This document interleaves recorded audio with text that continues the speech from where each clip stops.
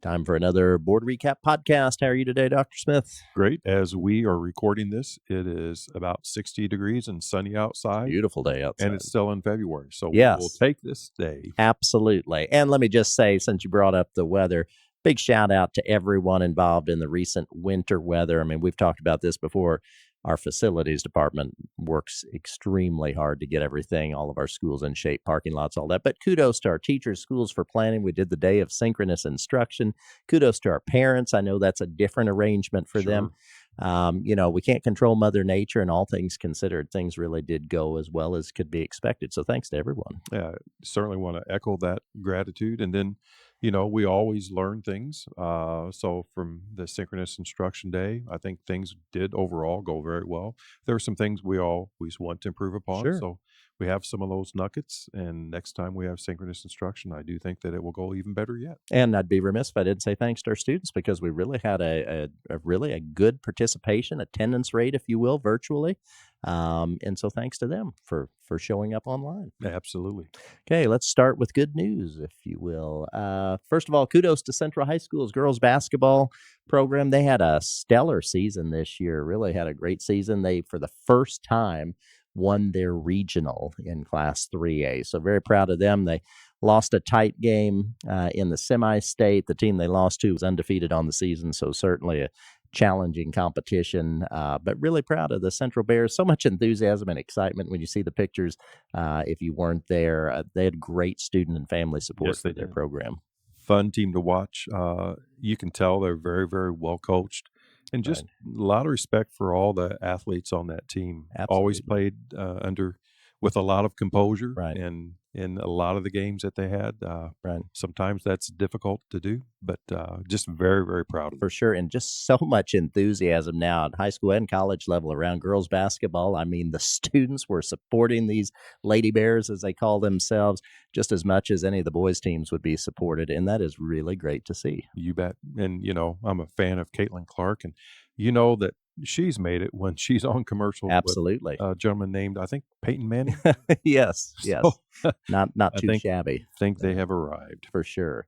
Also, in good news last night, it was a celebration at Lincoln School recently. They celebrated National African American Parent Involvement Day. They had a number of activities planned for their school community throughout the week. One of those involved a guest reader that was you in honor of that. And I know you always enjoy getting out and reading to young students. I really do, and I can tell over the years that my progressive line glasses are maybe not as progressive as they used to be because it is hard to read that book from the side view.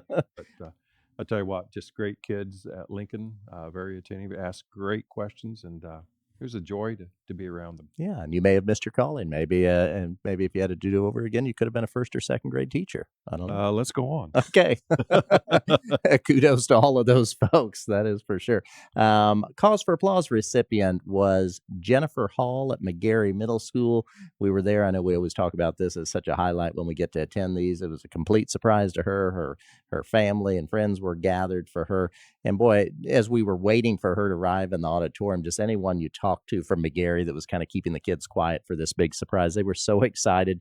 And everyone mentioned just how deserving she is of this award. And then invariably, every time we announce the cause for the applause at the school, I love it when you see the adult faces light up Yes. with smiles. That's when you know you've Tells the gotten it story. right. You bet. Absolutely. So kudos to Jennifer for her dedication to McGarry. She's just kind of in the middle of everything. And then also, we've been doing these recently. If you follow us on social or follow where you listen to your favorite podcast, you've heard these student featured athlete podcast or athletics podcast. We've done these throughout the year, did it in the fall, did it in the winter now. Had a chance to talk to over the last few weeks, girls and boys basketball players, girls wrestler from Wrights High School, swimmer from North, talked to cheerleaders and dance squad members, cheerleaders from Harrison and Bosse, and a dance team member from North. Just their dedication, how much they enjoy being involved. And what I really like is when they talk about how this makes a difference for school success. And for any younger students listening, what a great motivation for them, because their mantra is always get involved. It makes such a difference, and you know that as well as anyone. Absolutely. I'm glad you said that because they are the epitome of being involved. Yes. That's what makes your high school experience. Yes. Just showing up, going to class, and going home. Really, it's difficult to become embedded in that fabric of the high school. So get involved. You will make lifelong friends. Yes, absolutely. So kudos to them. They just did a phenomenal job of talking about what makes our high schools great. And that wraps up good news. So if you would, Dr. Smith, take us into consent items. You bet. So, looking at consent item 3.02, allowance of payments for this 2 week period of time was a total of $14,051,197.57, and is fairly typical when you stop to consider we also paid state taxes over 3 pays and those types of things, but pretty straight ahead. Item 3.03, consideration to approve grant proposals. So these two grants are being submitted to Youth Resources and their Youth Resources Make a Difference grant. So we appreciate that incredible student activity through Youth Resources. They do lots of great things for kids, and this is a way for them to give back to classrooms. Item 3.04, consideration to transfer from the Education Fund to the Operations Fund. So on a quarterly basis, we transfer $5.5 million of revenue from the Education Fund for the expenses that we are required to transfer from the Education Fund to the Operations Fund. And that $5.5 million per quarter equates to $22 million over the fiscal year. And that amount has stayed steady for about 4 years now. We actually transfer about $40 million worth of expenses per state law, and we are only transferring $22 million of revenue. So that means that we have more funds left in our education fund for teacher salaries, which is very important. Item 3.05, consideration approve the renewal of the agreement with 4D LLC. So this has been an arrangement that we've had for 6 years. It is for the mowing and upkeep of the property at Eagle Valley, that 135-acre parcel of beautiful property out in McCutcheonville. And we appreciate the job that 4D does for us. 3.06, consideration to approve the lease agreement with the city of Evansville. So this is just another example of a great partnership we have with the city of Evansville. Since 2008, we have provided what was known as the Krista McAuliffe Professional Development Center to the city for the West Sector office for the Evansville Police Department. We do that for the nominal cost of $1 a year, but certainly do appreciate what the city does for us, what the Evansville Police Department does for us specifically, and providing school resource officers. It is a win-win Yeah, we're situation. so fortunate to have a partnership like that, and it is truly a partnership. And that takes us into personnel recommendations. So those are there for your perusal, and I would encourage the audience to go ahead and click on that link, and you will see all of the personnel recommendations that were approved in the meeting on the 24th of February. Okay, and then we did a core curriculum and student development presentation last night on our opt-in program, and I know this is a program that has been so beneficial to students. And you want to just talk about what a program like that means to you as a superintendent and how it can impact students and our business community partners. You bet. So the board, through their wisdom in 2018, approved this program, which is called Opt-in, which stands for Opportunities Through Partnerships That Transform and Inspire. And it really has gone on to become the model Mhm. for the state of Indiana. When you look at the graduation requirements now that are online for our current eighth graders when they graduate, there are three key buckets of enrollment, employment, and enlistment and in service. So the high school graduation requirements really are modeled after our pathways and after what we said was so important in our opt-in initiative. And, I think I'll probably put a button in it there. I think it would make a great topic for a future podcast. Absolutely. We can dive into that a little deeper because it truly is beneficial to students. And it's just so exciting to see us partnering with so many local and industry and business partners, some of which some people may not even who live in the community realize are in existence. And they are highly successful companies and great to partner with them. Yeah, I would venture a guess that is a very accurate statement. And Yes. then, but we really can't do it justice in just the Sure. few minutes we have here as a portion of the board agenda. But I think it is worthy of a much larger conversation. And one of the things that I think even surprised those in the audience was we've had people from LA Unified, from Houston, from major school districts from around the nation contact us to say, okay, what is it that you do and how do you do that? That speaks volumes to the It success of the certainly program. does. So, And very appreciative of the folks in the opt-in initiative. yes, for sure. And then that took us into 6 action items last night. Yes, so action item 6.01 was a public hearing on the building projects for the general obligation bond of 2025, um, which is part of the requirement when you go to issue general obligation bonds. We have an opportunity for the public to express their viewpoints on that.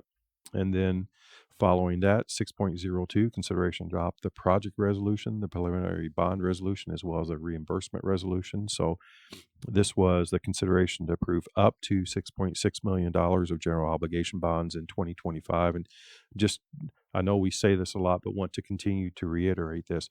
All of this is done under our current property tax levy. So taxes don't go up because of this. We do it within our existing framework. As debt rolls off, then this would take the place of debt that disappears because it's been paid off. Item 6.03, the public hearing regarding the sale of property. So this is a first for me, but we do have property out of McCutcheonville that we purchased for our future school site. We worked with several architects and set aside approximately 50 acres on the site that we would utilize for future school expansion. We also are saving about 30 acres around McCutcheonville Elementary for a good buffer there. So there are approximately 60 acres, give or less, that we are willing to sell, but there are conditions on that sale. So this was the first part in that process, a public hearing to get public input into the potential sale of property. After that, then came item 6.04, which is consideration to approve the resolution regarding the sale of property. So this is the first in, as I said, a series of steps. So the board did approve this resolution in Monday's board meeting. And there are some conditions that would have to be met, but number one would be the minimum sale price would be 1.7 million. Additionally, we would want to make certain that it stays as a nature or a park. I don't know, I would call it a nature preserve, but basically an amenity for residents of Vanderbilt County to enjoy. There are not many parks in McCutcheonville or in the northern part of Vanderbilt County. So we would like to work with citizens in the area, should they be so inclined, to make certain that that would remain a great park from now until eternity. Because as you say, we always want to be good neighbors to folks in our Absolutely. community. And then also another important part is there would be no alcohol sales or consumptions on that property. So they approve the resolution. Then the next step would be to put out a bid package. And then once those bids are received, then the board would review them. They would either accept or, a bid or reject all bids. So like we say with a lot of things, there are so many legal steps that as a school corporation we are required to follow. So if you do have property and you wanted to sell, you don't just show up at the board meeting as superintendent and say, hey, guess what? I just sold this piece of property. There's a Right. lot of legal steps just to protect everyone's interest. Right. And in doing it this way, in a very open way, anybody and everybody has an opportunity. Sure. And it's not like, oh, I know so and so, we're going to sell it to you for $1. Right. That's not what happens at all. Right. Okay. Good. 6.05, consideration award the contract for the Culver Family Center roofing project of 2025. This was presented as an information item 2 weeks ago. So the board did approve this, and they accepted the base bid from BNS Roofing, plus alternative 1 and alternate 2 and alternate 3 for a total amount of $472,500. Item 6.06 was the consideration to award the contract for the Prairie Heights Middle School flooring renovations project of 2025. So that went to Raise Your Flooring Cover for the base bid of $337. $337,725 plus alternate 1 for a total award of $339,555. And then information items from last night. So, two things that really are capital projects in nature. 7.01, consideration to award the contract for the Academy of Innovative Studies roofing project of 2025. And this would replace the roof above the Performing Arts Center, the classrooms that are connected with the Performing Arts Center, and then the office hallway that leads down to the former Media Center.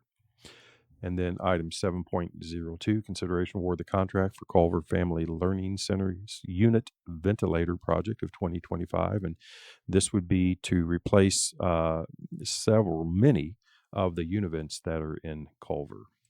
Then moving on to item 7.03, consideration approve updates to policy 6520, payroll deductions.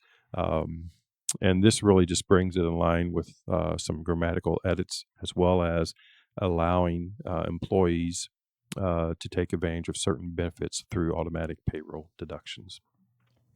And then 7.04 through 7.07 are the monthly financial documents that Dr. Underwood provides the board so that they stay current on our financial situations and they see everything that has gone through the books in that month.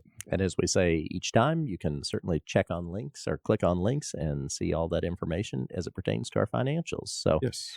that takes us into continued business. And I know the first thing in continued business last night, you just shared an update on things, how they're progressing legislatively, if you will. And I know that's something as superintendent you follow very closely. So if you'd like to kind of share that with us. Certain. So since this is the long session, this is a session where they approve the biennium budget. So there were really Which is a three, 2-year budget for the right. state. Yeah, three key pieces of legislation that have to deal with school finances. First of all, the House released its proposed budget. So this is funding for a 2-year period of time. And based upon that proposed budget, brick and mortar charter schools would receive a 6.7% increase. Virtual charter schools would receive a 25.2% increase over that biennium. Choice scholarship increases 37.1%. Which are the vouchers. Right. And then traditional public schools receive an increase of 3.8% over 2 years. So, traditional public schools educate 90% of the students in Indiana, and unfortunately, are receiving a percentage that does not mirror inflation. So I can see why, as a superintendent, you're paying close attention to that. right. And that can't be viewed in isolation. When you look at it then at Senate Bill 518, and that was passed out of the committee, but by a pretty narrow margin. I think there are some things that certainly are concerning. And so this is a proposal that public school system provide property tax funds to charter schools. So I always have to include this caveat for folks in Vanderbilt County and the surrounding area because we do have two very good charters in Vanderbilt County. That's not necessarily the case Right. throughout the state. That might make us somewhat unique. Right. And I'm also not suggesting that charter schools are not in need of additional funding. I clearly understand that need, as I understand the need for more educational funding, period. But this is what I am saying. I am saying that sending property taxes to schools that were not created by the local school board to an entity with a non-elected board is wrong.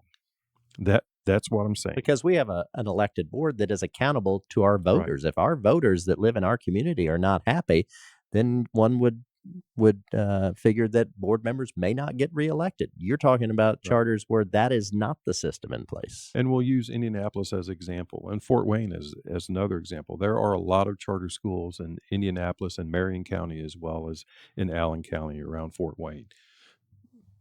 Taxpayers have no recourse if the funds that are required by the traditional public school to be given to the charter school, if those funds are utilized by the charter school in ways that the public does not approve, there is absolutely no recourse to address that situation because charter schools do not have an elected board. Now, there is talk, I believe, and perhaps it was embedded in 518, that the mayor of the community could appoint a person to the board. That's very different than your entire board being elected. Right. Very, very different. So simply, here's my personal opinion. If the state feels charters need more funding, and I would agree with that, then the state should provide those funds because the state is the one that created the charter school. Mhm. And I think that makes sense. The other component, the other part of this, I think there needs to be an understanding that currently the state provides $1,400 beyond the per pupil funding for each student in a charter school setting to make up for the fact that they do not receive property tax dollars. And they don't receive property tax dollars, once again, because they don't have an elected board. So, on when we look at the per pupil funding in 2024, of the top 50 schools or school districts, of the top 50 and the highest per pupil funding, 42 of those are charters. Okay. 75% of charters, that is 61 of or 60 of the 81 charters, have a higher average per pupil funding than the average of the state. And then finally, those schools and those school districts that find themselves in the bottom 100 of the per pupil formula, 90% of those are public schools. Only 10% are charter schools. So uh, it's easy to have a soundbite, but I think one of the great things about this podcast is we can go a little bit deeper just to help the public Mhm. understand and frame all of the context regarding school funding in Indiana. And then the last thing, because we have talked about this before, Senate Bill 1 is the third part of legislation that clearly has impact not only for public schools, but for any local government agency, cities, counties, libraries. All of us do rely upon property tax dollars. The original version of Senate Bill 1 would have had EVSC lose $22 million over 3 years. The amended version of Senate Bill 1, that loss now stands at $3.8 million. It's difficult to be happy with a That's still a $3.8 significant million loss. loss, Yes. but it is so much better than a $22 million loss. But when taken within context of the overall view with the potential or proposed House budget and being flatlined at best, when you then look at what Senate Bill 518 could do, when you look at what Senate Bill 1 could potentially do, all of those together, it's hard to understand that the state values the investment in public schools. And you've talked for many years about this. Anytime your funding doesn't keep pace with inflation, you don't have to be an economist to know that's problematic. If your expenses are going up and the funding from the state isn't allowing you to keep up with those, then it becomes very Right. challenging for a school district. And I understand that inflation not only impacts us as an entity and an enterprise, but also every single family out there. Sure. So I am empathetic of that. As I said earlier, let's take a common sense approach to this. These are investments of funds for the state's benefit. You know, when we talked about our opt-in program last night, it was a great presentation. I do hope that you have an expansive Yes, podcast about that. certainly. But the comment I made after that presentation, I think holds true. um, Only would a public school undertake that initiative. That opt in approach, that strategy, uh, proves that we believe in the value of every student, and we want to make certain that we have great programs for each and every student. As you know, public schools turn no one away. I find it difficult to conceive that a charter school or a private school, just a single private school or a single charter school, would have the wherewithal to create that initiative of opt in, which is a community wide endeavor that benefits all of our students and all of our community. And frankly, one that is open to private school students and one that is Mm, open to charter exactly. school students. So if we continue to denigrate public schools and underfund them, you have to wonder what the end game really is. Well, and so certainly appreciate you kind of providing an overview on that. And I guess my last question about that, Dr. Smith, is for those that don't follow it as closely, where are we in the process, as far as with these bills advancing? How would you So it summarize really that? is the midpoint Okay. of the session now. So the bills, if it made it out of the House or if it made it out of the Senate, then they flip and they go to the Okay. other chamber for approval, and then potential compromise if they go beyond that, and then they would go to the governor for his signature. But there's still a lot of work to be done, and I think it's also important for the public to know that the April forecast of the financials, the history of the first quarter, then of the state finances, will come out sometime in mid-April, and that really is when I think the final touches are put on the state budget, both from the House side and the Senate side, and then the compromises that are a result of that. So, a lot of action is going to happen in a very short period of time. So, stay tuned. And once again, I appreciate what our General Assembly does. I just I would not be doing my job if I Sure. was just sitting idly by and not helping to inform the public of what this really means. 90% of the kids that are in school in Indiana go to public schools, and public schools accept and embrace all, and they really are economic drivers. So, uh, Thank you for being an advocate. certainly, and I'm an advocate for kids. Absolutely. Well, that was very informative. And then last thing in continued business last night, we did have from Trustee Kiefer a superintendent search update. And again, if you go to evscschools.com, we have a page you can't miss it. There's a button that will take you to that. This is where we post all updates, timelines. Yes, the biggest update lately was that we did post the community survey, and that's really what our board has put forth to gather feedback. We've also sent it to our employees here in EVSC. We've sent it to all our families. We've posted it on social media for anyone out there in the community because our board really wants to hear from people. What Right. is it important? What is important to them? The characteristics, the beliefs moving forward as this board searches for and ultimately hires a replacement for you. So if you didn't get that or see that on social media, you can go to the website. You can see that survey, and I think that survey is going to stay on it until March 10th. Yes. And applications are already coming in, and there's a timeline talks about when the board will start screening those applicants, do first round interviews, call back final round interviews, and then in May move forward with taking action on a contract. So it's Yeah. all right there if you're interested. Yes. Certainly would encourage the public to provide their input. This is a golden opportunity Sure. for you to say what you think is going well Right. and things that you would like to see improved. And having sat in the seat for 14 years, there are definitely things that I would like to improve. Not suggesting we're perfect by any stretch of the Sure. imagination.